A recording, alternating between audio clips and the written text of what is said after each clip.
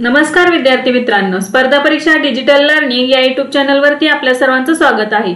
विद्यार्थी मित्रांनो, आज आहे 5 जानेवारी 2024। तर आपल्या डेली करंट अफेअर्सच्या सीरीज मधील आजच्या दिवसासाठीचे काही महत्त्वाचे चालू घडामोडींचे घटक आज आपण अभ्यासूया। चला तर मग आजच्या व्हिडिओला सुरुवात करूया। फर्स्ट क्वेश्चन आहे, प्रधानमंत्री विश्वकर्मा योजना लागू करणारा पहिला केंद्रशासित प्रदेश कोणता आहे? तर याचे योग्य उत्तर आहे जम्मू आणि काश्मीर। तर प्रधानमंत्री विश्वकर्मा योजना लागू करणारा जम्मू आणि काश्मीर हा पहिला केंद्रशासित प्रदेश बनला आहे।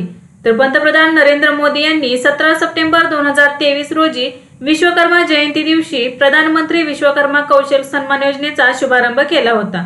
तर या योजनेअंतर्गत 2023-24 ते 2027-28 या आर्थिक वर्षात 13,000 कोटी रुपये खर्च करण्यात येणार आहेत।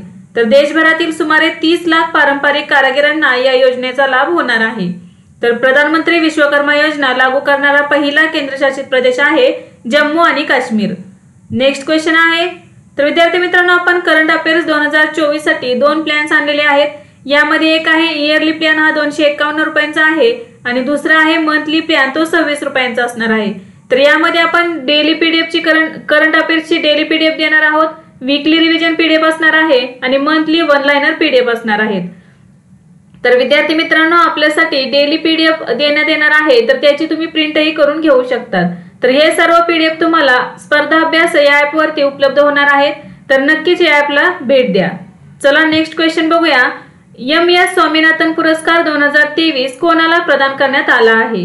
तर याचे योग्य उत्तर आहे बी.आर. कंबोज। तर चौधरी चरण सिंग हरियाणा कृषी विद्यापीठाचे कुलगुरू बी.आर. कंबोज यांना एम.एस. स्वामीनाथन पुरस्काराने सन्मानित करण्यात आले आहे। तर त्यांना हा पुरस्कार कृषी विज्ञान क्षेत्रामधील कार्यासाठी देण्यात आलेला आहे।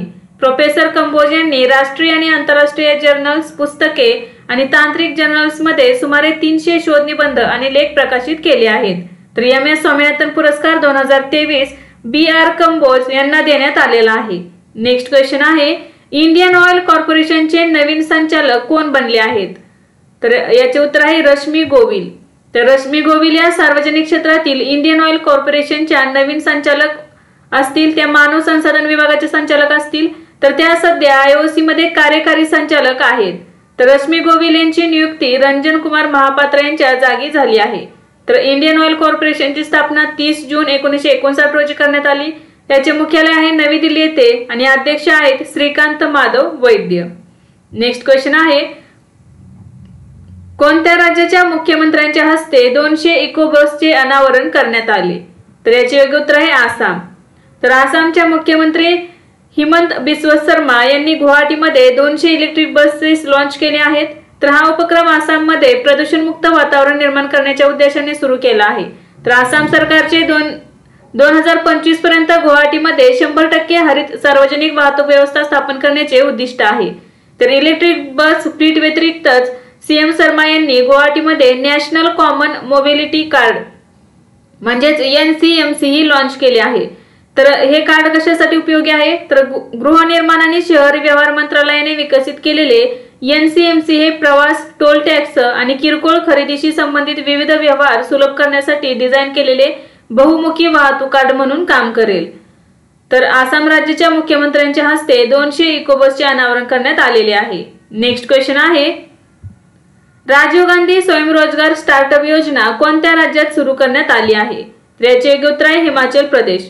तर हिमाचल प्रदेश मंत्रिमंडळाने जानेवारी 2024 मध्ये राजीव गांधी स्वयंरोजगार स्टार्टअप योजनेच्या फेज 11 सुरू करण्याची घोषणा केली आहे। तर ही योजना ग्रामीण युवकांना त्यांच्या जमिनीवर सौर ऊर्जा प्रकल्प उभारण्यासाठी प्रोत्साहित करते, आणि यामुळे स्वयंरोजगाराच्या संधींना प्रोत्साहन मिळणार आहे। तर ग्रामीण युवकांना त्यांच्या जमिनीवरती सौर ऊर्जा संयंत्र बसवण्यासाठी प्रोत्साहन देण्यासाठी ही योजना राबवण्यात येत आहे। तर या योजनेसाठी 21 ते 45 वर्ष वयोगटातील व्यक्ती पात्र असतील। तर या योजनेअंतर्गत तरुणांनी 3 एकर जागेवर 100 किलोवॅटचा पॉवर प्लांट उभारल्यास त्यांना 25 वर्षांसाठी सुमारे 20,000 रुपये मासिक उत्पन्न मिळू शकते। या योजनेअंतर्गत लाभार्थ्याला 10% सुरक्षा ठेव भरावी लागेल। या प्रकल्पासाठी सरकार 70% बँक कर्ज सुविधा आणि 30% इक्विटी उपलब्ध करून देणार आहे। नेक्स्ट क्वेश्चन आहे, कोणत्या राज्याच्या राज्यपालांनी आयुष्यमान योजनेअंतर्गत कॅशलेस आरोग्य सुविधेचे उद्घाटन केले आहे? तर याचे योग्य उत्तर आहे हरियाणा। तर हरियाणाचे राज्यपाल बंडारू दत्तात्रेय यांनी जानेवारी 2024 मध्ये आयुष्यमान भारत योजनेअंतर्गत कॅशलेस आरोग्य सुविधेचे उद्घाटन केले आहे। तर हरियाणा सरकारने सरकारी कर्मचाऱ्यांना आणि त्यांच्या आश्रितांना म्हणजेच त्यांच्या कुटुंबांना कॅशलेस आरोग्य सुविधा भेट दिली आहे। तर आयुष्यमान भारत योजना ही भारत सरकारची प्रमुख योजना असून ही योजना 2018 मध्ये सुरू करण्यात आली होती। तर या योजनेचे उद्दिष्ट होते युनिव्हर्सल हेल्थ कव्हरेज साध्य करणे। नेक्स्ट क्वेश्चन आहे, अलीकडेच ब्रिक्स संघटनेत कोणते 5 देश सामील झाले आहेत? तर याचे योग्य उत्तर आहे Egypt, Ethiopia, Iran, Saudi Arabia आणि संयुक्त अरब अमिराती। तर 1 जानेवारी 2024 रोजी ब्रिक्स संघटनेत 5 नवीन देश सामील झाले आहेत। यामध्ये Egypt, Ethiopia, Iran, Saudi Arabia आणि संयुक्त अरब अमिराती अशी या 5 देशांची नावे आहेत। तर आता या संघटनेची सदस्य संख्या 10 एवढी झालेली आहे। तर 2023 मध्ये जोहान्सबर्ग येथे झालेल्या 15व्या ब्रिक्स परिषदेत या देशांचा संघटनेत समावेश करण्यात आला होता। या संघटनेत अर्जेंटिनाचाही समावेश करण्यात आला होता, मात्र त्यांनी सदस्यत्वास नकार दिला आहे। तर 1 जानेवारी ते 31 डिसेंबर 2024 पर्यंत रशिया हा ब्रिक्सचे अध्यक्ष असणार आहे। नेक्स्ट क्वेश्चन आहे, इरेडाने म्हणजेच IREDA ने 2024 हे वर्ष काय म्हणून घोषित केले आहे? तर याचे योग्य उत्तर आहे मानव संसाधन विकास आणि शिस्त। तर इरेडाचा लॉंग फॉर्म काय आहे? तर Indian renewable energy development agency limited. अलीकडेच या एजन्सीने 2024 हे वर्ष मानव संसाधन विकास आणि शिस्त म्हणून घोषित केले आहे। तर नवीन धोरणात्मक आणि भौगोलिक क्षेत्रांमध्ये भविष्यातील रोडमॅप तयार करणे हे त्याचे मुख्य उद्दिष्ट असणार आहे। तर इरेडा भारत सरकारच्या नवीन आणि नवीकरणीय ऊर्जा मंत्रालयाच्या अंतर्गत कार्यरत असणारी मिनिरत्न श्रेणी 1 ची कंपनी आहे। Indian renewable energy development agency लिमिटेडची स्थापना 1987 मध्ये झाली आहे। तर याचे व्यवस्थापकीय संचालक आहेत प्रदीप कुमार दास। नेक्स्ट क्वेश्चन आहे, अलीकडेच कोणत्या देशाने आंतरराष्ट्रीय न्यायालयात इस्रायल विरुद्ध नरसंहाराचा खटला दाखल केला आहे? तर याचे योग्य उत्तर आहे दक्षिण आफ्रिका। तर दक्षिण आफ्रिकेने जानेवारी 2024 मध्ये इस्रायल विरुद्ध नरसंहाराचा खटला दाखल केला आहे। हे प्रकरण आंतरराष्ट्रीय न्यायालयात दाखल करण्यात आलेले आहे। तर दक्षिण आफ्रिकेचा आरोप आहे की इस्रायल 1948च्या नरसंहार कराराच्या अंतर्गत आपल्या दायित्वांचे उल्लंघन करत आहे। तर संयुक्त राष्ट्र नरसंहार करार हा 1948 साली अंमलात आला। तर आंतरराष्ट्रीय न्यायालय हे संयुक्त राष्ट्रांचे प्राथमिक न्यायिक अंग आहे, जे आंतरराष्ट्रीय कायदेशीर बाबींमध्ये प्रमुख घटक म्हणून काम करते। तर 1945 मध्ये संयुक्त राष्ट्रांच्या चार्टरद्वारे आंतरराष्ट्रीय न्यायालयाची स्थापना करण्यात आली। तर आंतरराष्ट्रीय न्यायालयाचे मुख्यालय हे हेग, नेदरलँड येथे आहे। नेक्स्ट क्वेश्चन आहे, आर्टन कॅपिटलच्या जगातील सर्वात शक्तिशाली पासपोर्टच्या यादीत अव्वल स्थानावर कोण आहे? तर याचे योग्य उत्तर आहे UAE। तर जानेवारी 2024 मध्ये आर्टन कॅपिटलने जगातील सर्वात शक्तिशाली देशांची यादी जाहीर केली आहे। तर या यादीमध्ये 193 देशांच्या पासपोर्टचे मूल्यमापन करण्यात आले आहे। तर हे मूल्यमापन visa free entry, visa on arrival, E-visa या घटकांवर आधारित आहे। या निर्देशांकात संयुक्त अरब अमिरातीच्या पासपोर्टला सर्वात शक्तिशाली पासपोर्ट म्हणून वर्णन करण्यात आले आहे। तर UAE पासपोर्ट धारक 130 देशांमध्ये पूर्व व्हिसा शिवाय प्रवास करू शकतात। तसेच प्रवासी व्हिसा ऑन अरायव्हल सह 50 देशांना भेट देऊ शकतात। तसेच 123 देशांमध्ये व्हिसा मुक्त प्रवेश करू शकतात। तर या निर्देशांकात जर्मनी, स्पेन, फ्रान्स, इटली आणि नेदरलँड्स हे संयुक्तपणे दुसऱ्या क्रमांकावर आहेत। तर स्वीडन, फिनलँड, लक्झेंबर्ग, ऑस्ट्रिया आणि स्वित्झर्लंड यांना संयुक्तपणे 3रे स्थान मिळाले आहे। तर आर्टन कॅपिटल पासपोर्ट इंडेक्स मध्ये भारताचा पासपोर्ट आहे 66व्या क्रमांकावर। तर भारताचा क्रमांक किती आहे? तर 66व्या क्रमांकावर आहे। तर भारतीय पासपोर्ट धारक हे 77 देशांमध्ये प्रवास करू शकतात। तसेच 24 देशांमध्ये व्हिसा मुक्त देशात प्रवेश करू शकतात। नेक्स्ट क्वेश्चन आहे, पॉवर ग्रिड कॉर्पोरेशनचे नवीन CMD कोण बनले आहे? तर याचे योग्य उत्तर आहे रवींद्र कुमार त्यागी। तर power grid corporation of India लिमिटेडने रवींद्र कुमार त्यागी यांची नवीन अध्यक्ष आणि व्यवस्थापकीय संचालक म्हणजे CMD म्हणून नियुक्ती केली आहे। तर रवींद्र कुमार त्यागी यांची श्रीकांत कंदीगुप्पा यांच्या जागी नियुक्ती करण्यात आली आहे। यापूर्वी त्यांची power grid corporation of India limited मध्ये संचालक म्हणून नियुक्ती करण्यात आली होती। पॉवर ग्रिड हे भारताचा महारत्न सार्वजनिक उपक्रम आहे। तर यामध्ये भारत सरकारचा 51.34% हिस्सा आहे। Power grid corporation of India लिमिटेडची स्थापना 23 ऑक्टोबर 1989 मध्ये झाली आणि याचे मुख्यालय गुरुग्राम हरियाणा येथे आहे।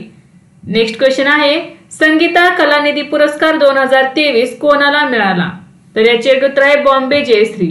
तर संगीता कलानिधी पुरस्कार 2023 बॉम्बे जयश्री यांना मिळाला आहे। तर कर्नाटक संगीतातील त्यांच्या विशेष योगदानाबद्दल त्यांना हा पुरस्कार देण्यात आला आहे। हा पुरस्कार कर्नाटक संगीत क्षेत्रातील सर्वोच्च पुरस्कार मानला जातो। मद्रास म्युझिक अकादमी तर्फे हा पुरस्कार त्यांना दिला जातो। तर बॉम्बे जयश्री यांना 2021 मध्ये पद्मश्री पुरस्कारानेही सन्मानित करण्यात आले आहे। तर संगीता कलानिधी पुरस्कार 2023 ने बॉम्बे जयश्री यांना सन्मानित करण्यात आले आहे। नेक्स्ट क्वेश्चन आहे, परराष्ट्र मंत्रालयाचे नवीन प्रवक्ते कोण बनले आहेत? तर याचे योग्य उत्तर आहे रणधीर जयस्वाल। तर रणधीर जयस्वाल यांनी जानेवारी 2024 मध्ये परराष्ट्र मंत्रालयाचे अधिकृत प्रवक्ते पद स्वीकारले आहे। त्यांनी अरिंदम बागची यांची जागा घेतलेली आहे। तर रणधीर जयस्वाल हे 1998 च्या बॅचचे IFS अधिकारी आहेत। त्यांनी जुलै 2020 मध्ये न्यूयॉर्कचे कॉन्सिल जनरल म्हणूनही कार्य केले आहे। नेक्स्ट क्वेश्चन आहे, अलीकडेच चर्चेत असलेले जनरल डोंग जून हे कोणत्या देशाचे संरक्षण मंत्री आहेत? तर चीन या देशाचे ते संरक्षण मंत्री आहेत। तर जनरल ली शांगपू यांच्या जागी जनरल डोंग जून यांची चीनचे नवे संरक्षण मंत्री म्हणून नियुक्ती करण्यात आली आहे। तर ली शांगपू ऑगस्ट मध्ये बेपत्ता झाले होते, ज्यामुळे त्यांना काढून टाकण्यात आले। तर जनरल डोंग जून हे नौदलाचे माजी कमांडर आहेत। नेक्स्ट क्वेश्चन आहे, जागतिक जलद बुद्धिबळ चॅम्पियनशिप 2023 मध्ये कोणत्या महिला खेळाडूने सुवर्ण पदक जिंकले? तर याचे योग्य उत्तर आहे अनास्तेसिया बोडनारुक। तर रशियाच्या अनास्तेसिया बोडनारुकने जागतिक जलद बुद्धिबळ चॅम्पियनशिपच्या महिला गटात सुवर्ण पदक जिंकले आहे। तर भारताची कोनेरू हम्पी दुसऱ्या स्थानावर राहिली, तिला रौप्य पदक मिळालेले आहे। तर जागतिक जलद बुद्धिबळ चॅम्पियनशिप 2023 उझबेकिस्तानच्या समरकंद येथे डिसेंबर 2023 मध्ये पार पडली। तर आंतरराष्ट्रीय बुद्धिबळ महासंघ स्थापना 1924, मुख्यालय आहे लॉसने स्वित्झर्लंड येथे आणि अध्यक्ष आहेत अर्काडी ड्वार्कोविच। तर विद्यार्थी मित्रांनो, आज आपण 5 जानेवारी 2024 रोजीचे काही महत्त्वाचे चालू घडामोडीचे घटक पाहिले। तर यासारखेच नवनवीन व्हिडिओ पाहण्यासाठी चॅनलला लाईक करा आणि सबस्क्राइब करायला विसरू नका। धन्यवाद।